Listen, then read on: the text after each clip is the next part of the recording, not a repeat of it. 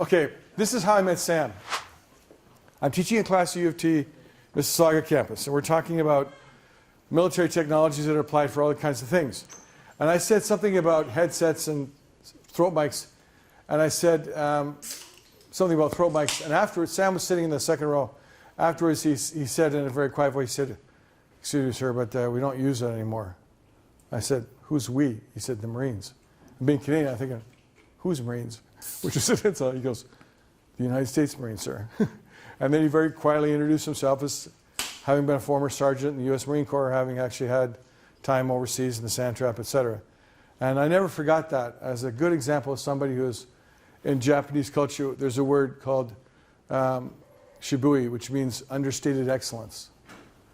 And the only other time in my life I experienced that was when I was in a small bar outside the Budokan Stadium in Japan, where they have all the martial arts tournaments. And it was the day after the big event, and I was in a small bar, about 6 people, and there was an old Japanese guy there. And he spoke some English, so I started talking to him, and he asked me what I do. I said, "Oh, I do karate and judo, and I'm here studying." So he goes, "Oh, okay, interesting."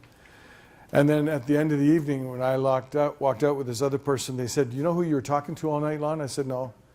He said, "That's Sensei Takana." He said, "He's the only Japanese person that's won 2 gold belts in judo in consecutive Olympics." I'm feeling, you know what I'm saying? Understated excellence, yeah.